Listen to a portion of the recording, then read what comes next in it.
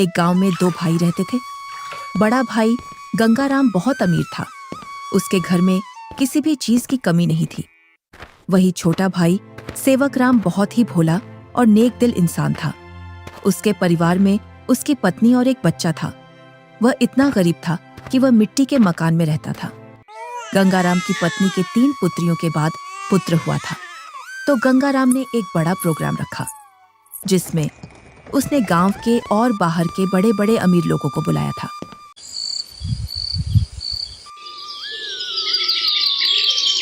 सुबह से ही गंगाराम के घर के चारों ओर चहल पहल थी। कहीं पकवान बन रहे थे तो कहीं बच्चे खेल रहे थे और कहीं मेहमान आ रहे थे। गंगाराम के घर के चारों ओर खुशी का माहौल था। धीरे धीरे चारों ओर के मेहमान आ गए, पर आपके छोटे भैया सेवक कहीं दिखाई नहीं दे रहे हैं। अभी तक आए नहीं। आपने गांव में सबको बुलावा दिया है ना? अरे हाँ, बुलाया है उसको। आता ही होगा अपने बच्चों के साथ। तू यहीं रुक और मेहमानों को देख। मैं अभी आता हूँ व्यवस्था देखकर। इतना कहकर गंगाराम घर से बाहर चला जाता है और गुनगुनाता है, मैं उसको अपने प्रोग्राम में क्यों बुलाऊं? वो कहाँ और मैं कहाँ? मेरे यहाँ एक से बढ़कर एक अमीर मेहमान आ रहे हैं। अगर किसी को पता चल गया कि मेरा भाई इतना गरीब है तो मेरी नाक कट जाएगी। कुछ गांव के लोग सेवकराम के घर के आगे से गंगाराम के प्रोग्राम में जा रहे थे और सेवकराम अपने घर से खेतों पर जाने की तैयारी कर रहा था। जैसे ही वह घर से बाहर निकलता है तो उसको कुछ गांव वाले मिल जाते हैं। अरे सेवकराम, तू अपने भाई के घर नहीं गया? तेरी भाभी के बहुत दिनों बाद लड़का हुआ है। इसी उपलक्ष्य में तेरे भाई ने बहुत बड़ा प्रोग्राम रखा है। तू तो चाचा बन गया है और तू यहाँ, जबकि तुझे तो अपने भाई के घर सबसे पहले पहुँचना था। सेवकराम ये सुनकर दंग रह जाता है। इस बारे में उसे कुछ भी पता नहीं था, पर वह गांव वालों के सामने ऐसे बोलता है जैसे उसे पहले से सब पता है। अरे हाँ भाई, मुझे भी जाना है। बस थोड़ा सा खेतों पर काम बचा है, उसको मैं पूरा करके आता हूँ। जल्दी काम पूरा करके आ भाई। सुना है भाई गंगाराम ने बहुत ही स्वादिष्ट पकवान बनवाए हैं और उसने खाने पर पूरे गांव को बुलाया है। हाँ, ये तो बड़ी ही अच्छी बात है। तुम लोग चलो, मैं आता हूँ। जैसे ही गांव वाले वहां से निकल जाते हैं तो सेवकराम का मुंह उतर जाता है। ये तो बहुत खुशी की बात है, पर इसके बारे में तो मुझे कुछ पता ही नहीं है। चलो, मेरे बड़े भाई के घर पुत्र रत्न तो आया और मैं फिर से चाचा बन गया, पर मुझे इस बारे में कुछ बताया भी नहीं।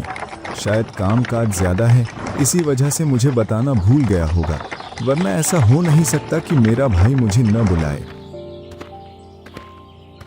अरे भाग्यवान, तुमने सुना? तुम्हारी जेठानी के लड़का हुआ है।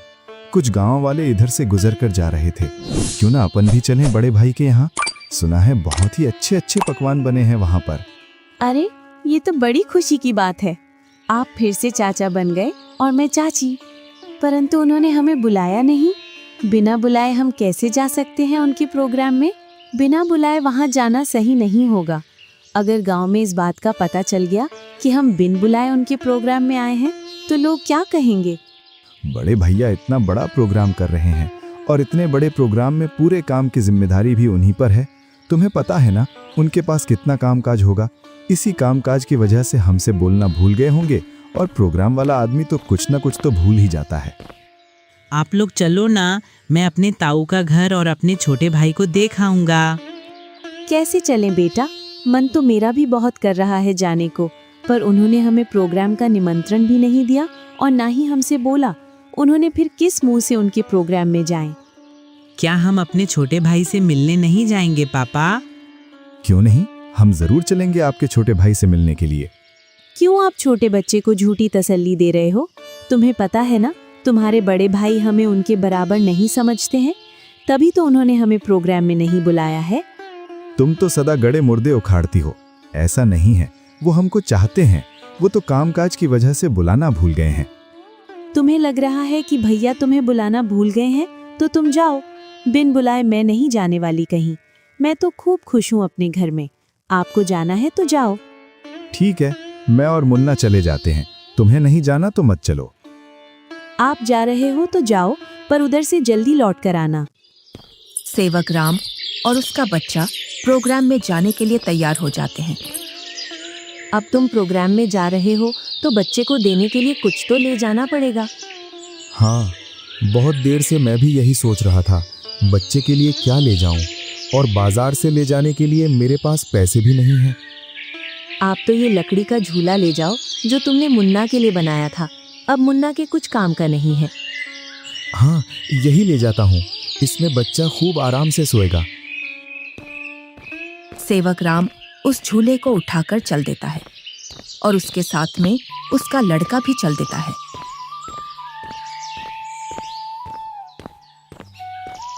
थोड़ी देर बाद दोनों प्रोग्राम में पहुंच जाते हैं। यहाँ तो खूब अमीर मेहमान आए हैं और बच्चे को देने के लिए शानदार और महंगी महंगी वस्तुएं लाए हैं। मेरा झूला तो इनके आगे कुछ भी नहीं है। सेवक राम मेहमानों पर महंगी महंगी वस्तुएं देखकर अपने झूले की ओर देखता है और मन ही मन में सोचता है, मैं क्यों इस झूले को यहाँ लाया? यहाँ तो एक से बढ़कर एक वस्तुएं हैं बच्चे के लिए। मैं भी क्या सोच रहा हूँ, भला हाथ की बनी चीज और बाजार की चीजों में अंतर होता है। बड़े भैया जरूर मेरे झूले को पसंद करेंगे, क्योंकि मेरा झूला सबसे मजबूत है, क्योंकि इसे मैंने अपने हाथों से बनाया है। और सेवक राम निसंकोच होकर मेहमानों के बीच में घूमने लगता है। वह देखता है कि उसके बड़े भैया और भाभी मेहमानों का स्वागत कर रहे थे। तभी गंगाराम की पत्नी की निगाह सेवक राम पर जाती है। तब वह गंगाराम से बोलती है, अरे भैया और मुन्ना तो आ गए, पर देवरानी नहीं दिख रही है। कहाँ आ गए? मुझे तो कहीं दिखाई नहीं दे रहे। वो रहे मेहमानों के बीच में। इधर सेवक राम के पास कुछ मेहमान आ जाते हैं। उसकी वेशभूषा देखकर मेहमान सेवक राम से पूछते हैं, अरे तुम कौन हो, और ये कैसी वेशभूषा पहनकर आए हो, और ये लकड़ी का झूला लेकर आए हो इस जमाने में? चलो तुम अपना परिचय दो, तुम कौन हो और यहाँ क्या कर रहे हो? इतना सुनकर सेवक राम संकोच में पड़ जाता है और मन ही मन सोचता है, अगर मैं इन्हें ये बताऊं कि मैं गंगाराम का छोटा भाई हूं तो ये लोग क्या सोचेंगे? एक भाई इतना अमीर और एक भाई इतना गरीब कि वो प्रोग्राम में एक जोड़ी कपड़ा भी सही से पहनकर नहीं आ सकता है। इससे अच्छा तो मैं झूठ बोल दूं। मैं गंगाराम जी का मजदूर। अरे तुम इतना क्यों घबरा रहे हो? डरो मत, बेझिझक होकर बोलो। गंगाराम जी का मैं मजदूर मैं छोटा भाई हूं। वह बहुत कोशिश करता है झूठ बोलने की, लेकिन उसके मुंह से सच निकल जाता है। क्या बोल रहे हो? तुम्हें पता है ना तुम गंगाराम जी को अपना भाई बता रहे हो? तुम्हें पता है ना वो कहां और तुम कहां? अपने आप को देखो और उनका प्रोग्राम देखो। इतने में ही गंगाराम वहां आ जाता है और बोलता है, क्या बोल रहा है ये? ये तुम्हें अपना भाई बता रहा है कि तुम इसके भाई हो। मेरा भाई होता तो वो इस हालात में रहता। ये तो मेरा हारी है, हारी। इसको मैंने एक दिन प्यार से भाई क्या बोल दिया, मुझे अपना भाई बताने लगा। इतना सुनकर सेवक राम अपना सिर झुका लेता है। आप प्रोग्राम का आनंद लीजिए। चलो मैं और मेहमानों से मिलता हूँ। जी आप मिलिए, हम भी और परिचितों से मिल लेते हैं। चलो तुम यहाँ से बाहर चलो, मुझे तुमसे कुछ बात करनी है। दोनों भाई एकांत में चले जाते हैं। जब तुम्हें पता है मेरे यहाँ एक से बढ़कर एक मेहमान आए हैं, फिर भी तू प्रोग्राम में घुस आया मेरी नाक कटवाने के लिए। और ये क्या लेकर आया है मेरे लड़के के लिए? लकड़ी का झूला। इस झूले में सोएगा मेरा लड़का। मेरा लड़का तो मखमल के झूले में सोएगा। किसमें? मखमल के झूले में। जा यहाँ से, मुझे दिख मत जाना अब इस प्रोग्राम में। अगर कुछ खाना बचेगा तो मैं सुबह भिजवा दूंगा तेरे घर पर। और हाँ, साथ में अपने लड़के को भी ले जाना यहाँ से। मुन्ना की माँ ठीक बोल रही थी कि बिन बुलाए वहां मत जाओ। मेरी ही गलती है जो मैं बिन बुलाए यहाँ आ गया। सेवक राम अपने बच्चे को लेकर अपने घर की ओर चल देता है, बड़े ही उदास मन से। इतने में ही बच्चा बोलता है, पापा, हम छोटे भैया से भी तो नहीं मिले और आप इतनी जल्दी घर चल रहे हो। सेवक राम थोड़ी हिम्मत करके अपने लड़के से बोलता है, बेटा हम शाम को आएंगे। खेतों पर कुछ काम बाकी रह गया था, वो मुझे याद आ गया है। उसे करके मैं आ जाऊंगा। उसके बाद चलेंगे हम तेरे छोटे भाई से मिलने के लिए। दोनों घर पहुंच जाते हैं। मुन्ना घर से बाहर बच्चों के साथ खेलने के लिए चला जाता है। इधर सेवक राम अपनी पत्नी को पूरी घटना सुना देता है और उसकी आंखों से आंसू छलक जाते हैं। पता नहीं ईश्वर की कैसी लीला है, आज भाई ने भाई को पहचानने से मना कर दिया। आप रोइए मत, ईश्वर एक दिन सब ठीक कर देगा। ईश्वर को भाइयों के बीच में इतना फासला भी नहीं रखना चाहिए कि वे एक दूसरे से ही दूर हो जाएं। आप इतना दुख मत मनाइए, सब ठीक हो जाएगा। आप बस ईश्वर पर विश्वास रखिए। तीनों सो जाते हैं।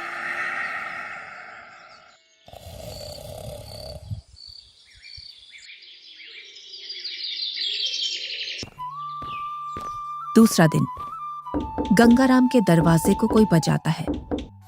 पता नहीं अब कौन आ गया। कल का इतना थका हारा हूं, फिर भी लोगों को समझ में नहीं आता है और आकर दरवाजा खटखटाने लग जाते हैं। गंगाराम जैसे ही दरवाजा खोलता है तो वह देखता है कि सामने एक साधु खड़ा है। क्या है महाराज, क्यों दरवाजे को बजा रहे हो? कुछ नहीं बेटा, बड़े जोरों की भूख लगी है। बस थोड़ा सा खाना मिल जाता तो मेरी भूख मिट जाती।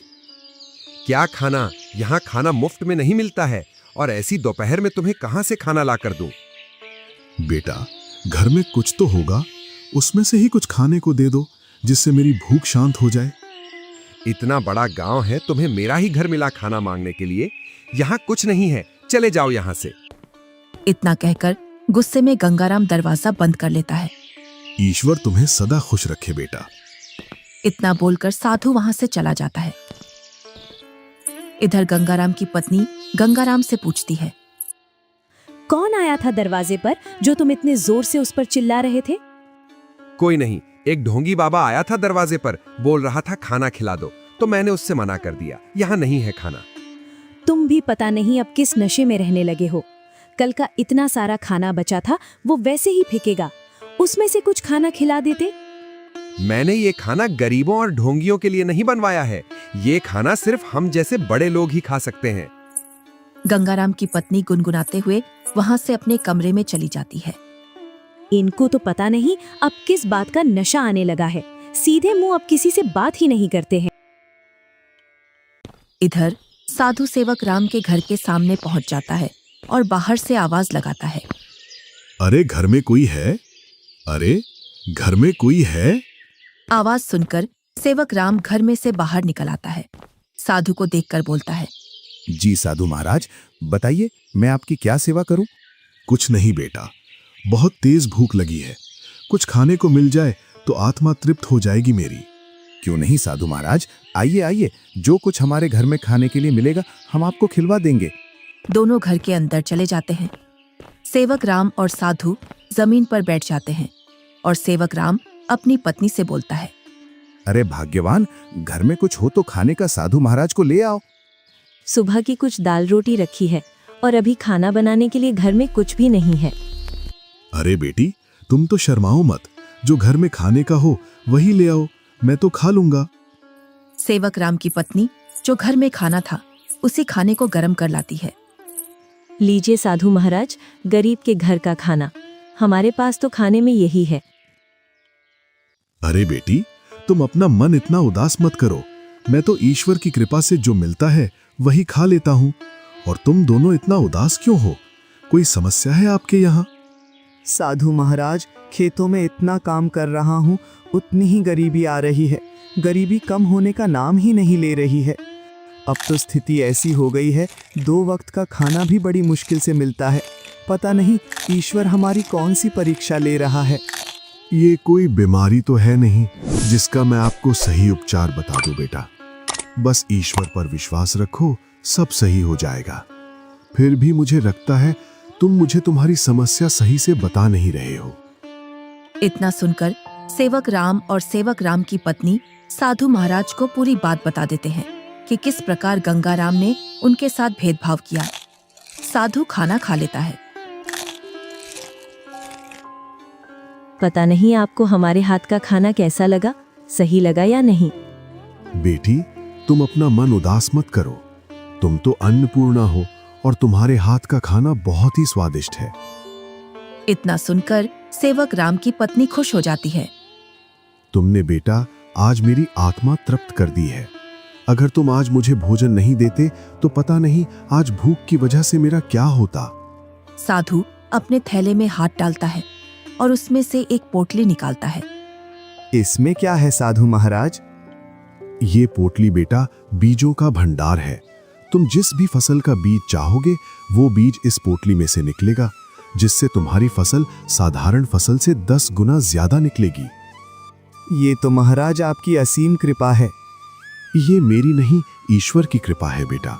बस एक बात का ध्यान रखना, इस पोटली के बारे में कभी किसी को मत बताना, और इसमें से जो बीज निकले उन्हें बेचना नहीं। अगर तुमने ऐसा किया तो ये पोटली आपके किसी काम की नहीं रहेगी। जी साधु महाराज, मैं कभी ऐसा नहीं करूंगा। और साधु महाराज वहां से चले जाते हैं। साधु महाराज के पैर जैसे ही घर में पड़े तब से घर में शांति का अनुभव हो रहा है। हाँ भाग्यवान, अब ईश्वर की कृपा से सब ठीक हो जाएगा।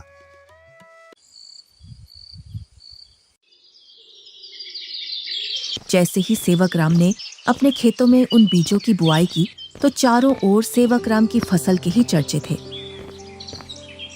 इधर गंगा राम अपने धन के घमंड में जी रहा था, जिससे वह किसी से भी सीधे मुंह बात नहीं करता था। इधर सेवक राम की संपत्ति बढ़ रही थी और गंगा राम की घट रही थी, और इसी के साथ गंगा राम के घर में अशांति भी बढ़ रही थी। कुछ ही दिनों में सेवक राम ने गांव में गंगा राम से भी बड़ा मकान बना लिया था, और सेवक राम अब अपने घर में खूब खुशी खुशी रह रहा था। पर एक दिन, मालिक, अब मैं आपके यहाँ काम नहीं करूंगा। अब मुझे दूसरे गांव में आपसे ज्यादा जमीन मिल रही है और इससे भी अच्छी उपजाऊ। क्या बोल रहे हो हरिया तुम? तुम्हें पता है मेरे पास कितनी जिम्मेदारियां हैं? तुम चले जाओगे तो मैं अकेला कैसे खेती और घर संभालूंगा, और ऊपर से मैं अकेला आदमी। मुझे जहां मुनाफा मिलेगा मैं वहीं काम करूंगा मालिक। अगर मुझे इतनी ही मेहनत में मुझे वहां ज्यादा फसल मिलेगी तो मैं वहीं जाऊंगा। अरे हरिया, मैं भी तो तुम्हें खूब मुनाफा करवाता हूँ। बस तुम इस साल और रुक जाओ, मैं जब तक दूसरा हारी देख लूंगा। मालिक, 2 सालों से तुम मुझे बेवकूफ बना रहे हो। न तो तुम अनाज ज्यादा देते हो और न ही तुम दूसरा हारी रखते हो। मैं तो चला, तुम जानो और तुम्हारी खेती। अरे नहीं, ये तो चला गया। अब मैं क्या करूंगा? कई सालों से मैंने खेतों में काम भी नहीं किया है, जिससे अब मुझसे खेतों में काम भी नहीं होगा। क्यों ना मैं सेवक राम के यहाँ जाऊं? अब तक तो उसने उसकी सारी जमीन बेच दी होगी, क्योंकि हालात तो वैसे भी खराब चल रहे थे उसके। वो जरूर मेरे खेतों पर काम कर लेगा। गंगा राम सेवक राम से मिलने के लिए चल देता है।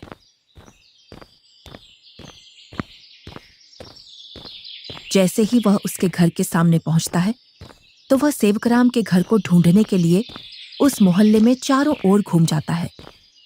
इधर ही थी उसकी झोपड़ी, पता नहीं किधर गई। बहुत देर से ढूंढ रहा हूं, मिल नहीं रही है।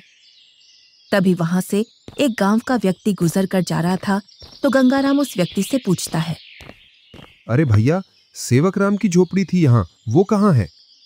कितने दिनों बाद आ रहे हो भैया इधर? शादी के बाद अब आया हूँ इधर। इसीलिए तो तुम्हें वो झोपड़ी नहीं मिल रही है। अरे भैया, तुम जो सामने मकान देख रहे हो बहुमंजिला, यही घर है सेवक राम का। ये कैसे हो सकता है? 2 साल पहले तो ये गरीब हुआ करता था। हाँ भैया, 2 साल पहले गांव में सबसे गरीब व्यक्ति यही था। पता नहीं भैया, इसने खेतों में कौन सा खाद डाला है जिससे इसकी पैदावार सबसे ज्यादा निकलती है। घर बताने के लिए बहुत बहुत धन्यवाद। और गंगाराम उस घर के अंदर चला जाता है। जैसे ही सेवक राम अपने बड़े भैया को घर के अंदर देखता है तो वह बहुत खुश होता है। अरे मुन्ना की माँ, वो देखो हमारे घर में कौन आया है। बड़े भैया, आओ भैया बैठो। अरे, तुमने इतना शानदार घर कैसे बनाया? तुमने तो पूरा ही नक्शा बदल दिया। बहुत ही शानदार घर बनाया है। कहीं तुमने चोरी चपाटी करके तो ये घर नहीं बनाया? नहीं भैया, मैंने कोई चोरी नहीं की है। ये तो मैंने अपनी मेहनत से बनाया है। ऐसी मेहनत तो तू पहले भी करता था, पर पहले तो तूने ऐसा मकान बनाया ही नहीं। भैया, आपसे क्या छुपाना, जब आपका प्रोग्राम था उसके एक दिन बाद हमारे घर पर एक साधु आया था। उसको हमने पेट भर खाना खिलाया था। आज उनके आशीर्वाद की वजह से ये सब है हमारे पास। इतना सुनकर गंगाराम का सिर घूम जाता है और उसकी आंखों तले सब सीन आ जाता है कि किस प्रकार उसने उस साधु को भगाया था। वो साधु तो सबसे पहले मेरे घर आया था, इसका मतलब ये सारा धन मेरा हुआ। क्या बोल रहे हो भैया? ये तो मैंने अपनी मेहनत से खड़ा किया है, ना कि जादू से। ये सब तुझे साधु के आने बाद ही मिला है ना? तो इस गांव में सबसे पहले साधु मेरे घर आया था। अगर मैं उसे खाना खिला देता तो ये सारी संपत्ति मेरी होती। इसका मतलब तूने मेरे अधिकार की संपत्ति छीनी है। ये तो मुझ पर गलत इल्जाम लगा रहे हो भैया। मैं उस साधु को ढूंढ कर लाता हूँ और साधु से तेरे सामने बुलवाता हूँ कि इस संपत्ति पर किसका हक है। और गुस्से में गंगाराम वहां से निकल जाता है। कई दिनों तक वह उस साधु को खोजता है। बड़ी मुश्किल से एक जंगल में तपस्या करते हुए वह साधु मिल जाता है। साधु महाराज प्रणाम। कौन हो बेटा जो तुम मेरी तपस्या में व्यवधान डाल रहे हो? मैं गंगाराम हूँ। आज से 2 वर्ष पूर्व तुम मेरे घर आए थे खाना खाने के लिए, जब तुम्हें जोरों की भूख लग रही थी। तुम तो वही हो ना जिसने खाना देने से मना कर दिया था? हाँ, पर उस संपत्ति पर पहला हक मेरा बनता है जो तुम मेरे भाई को देकर आए हो, क्योंकि तुम खाना मांगने सबसे पहले मेरे घर आए थे। कौन सी संपत्ति? मैंने तो उसे सिर्फ आशीर्वाद दिया था, क्योंकि उसने बड़े ही सम्मान के साथ खाना खिलाया था, और वो धन तो उसकी मेहनत और ईमानदारी का फल है। इतना सुनकर गंगाराम गुस्से में साधु से बोलता है, साधु, तुम मेरे साथ अन्याय कर रहे हो, क्योंकि उसकी संपत्ति पर पहला अधिकार मेरा है, क्योंकि तुम सबसे पहले मेरे द्वार पर आए थे। अगर तुम मुझे ये पहले ही बता देते कि मैं तुझे और भी अमीर बना दूंगा, तो मैं तुम्हें उससे भी अच्छा भोजन कराता। उसने क्या खिलाया होगा आपको? सूखी रोटी? गंगाराम साधु से बहुत वाद विवाद करता है और गुस्से में साधु से बोलता है, जिससे साधु को क्रोध आ जाता है। बालक, तुमने मेरी सब्र की सीमा खत्म कर दी है। तुम मेरे श्राप से अब बच नहीं सकते हो। इतना सुनकर गंगाराम के होश उड़ जाते हैं। इतने में ही सेवक राम और गंगाराम की पत्नी आ जाती है। क्षमा कीजिए साधु महाराज, क्षमा कीजिए। अरे बेटी, तुम क्यों माफी मांग रही हो? मेरे पति थोड़े उग्र हैं, उनको पता नहीं है किससे कैसे बात करना है। इतना सुनकर गंगाराम भी माफी मांग लेता है। गंगाराम, अभी तक तुम्हारा जो घर चल रहा था वो तुम्हारी पत्नी के निर्मल भाव की वजह से चल रहा था। अब तुम अपने लालच को छोड़ दो और दोनों भाई साथ साथ रहो, क्योंकि तुम्हारा छोटा भाई बहुत ही ईमानदार है। जी साधु महाराज। तुम्हें कैसे पता चला मैं यहाँ हूँ? आप जिस दिन साधु महाराज की खोज में निकले, उसी दिन भैया मेरे पास पहुँच गए थे और उन्होंने आपके बारे में मुझे सब बता दिया था। भाई हो तो तेरे जैसा, मेरे जैसा भाई किसी को भी नहीं मिले।